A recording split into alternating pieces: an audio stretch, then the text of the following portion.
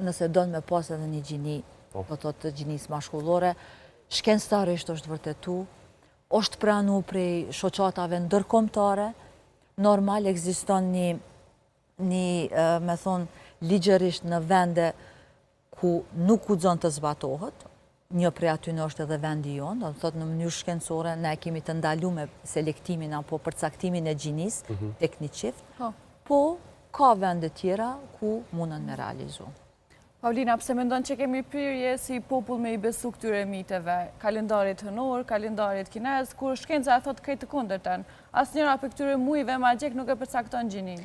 Unë mendoj që na pret një rrugë gjatë e edukimit dhe jam shumë e lumtur kur në studio të ndryshme bashkë me kolegët e mi kemi edhe profesionistë të cilët e sjellin shkencën. Edhe unë gjithmonë mundohem edhe me i citu ata në mënyrë që të jemi sa më të saktë me informacionin që e japin.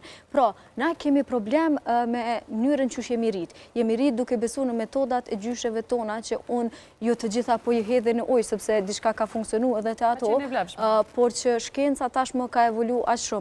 Metodat me cilat trajtohen problemet kanë evolu aq shumë, sa që është jo normali një gru me shku me unë gjesh të një gru tjetër e cila asnjëherë nuk ka shku në shkollë. Edhe nuk di se çfarë dëmi mundet me i shkaktu asaj gruje, që unë po e them kushtimisht po e ngjesh apo ku ta dinë se çka po i bën në barka saj. Pra, të besosh në gjëra të tilla të cilat nuk janë të vërtetuara, nuk po vijnë prej një personi që ka thirrje të caktuara. Ne kemi pasë fundmi edhe çfarë ka ndodhur në Kosovë. Duke besu në teori konspirative se mund të trajtohet autizmi, e pam se çfarë ndodhi. Pra, e njëjta është edhe me këtë aspektin tjetër. Duke besu që mund të përcaktosh gjinin, bën ndoshta edhe hapa të gabuar që munden me dëmtu shëndetin. Edhe pastaj kur vjen ajo shtatzani mundet me qenë edhe me probleme tjera qoftë edhe te fëmia. Ajo çka duhet me ndodh në këtë shoqëri është që duhet me u pranu një realitet.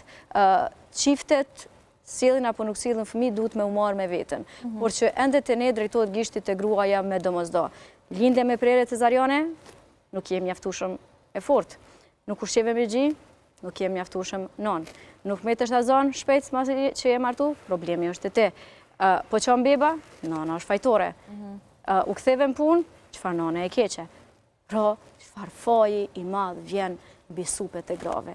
Edhe mandej, pajto me doktoreshën Trina, që gratë bazuar në gjithë këtë faj që ju hedhet, psikologjikisht ndjehen të pamjaftueshme edhe dojnë me i përmbush pritshmëritë e tjerëve dhe drejtohen tek mjek duke kërku me domosdo me e bo djalin, sepse një grua që bëhet non, qof nga djali, qof nga vajza, ajo është non, ajo është përmbush, s'ka lidhje se çfarë gjini e ka fëmia.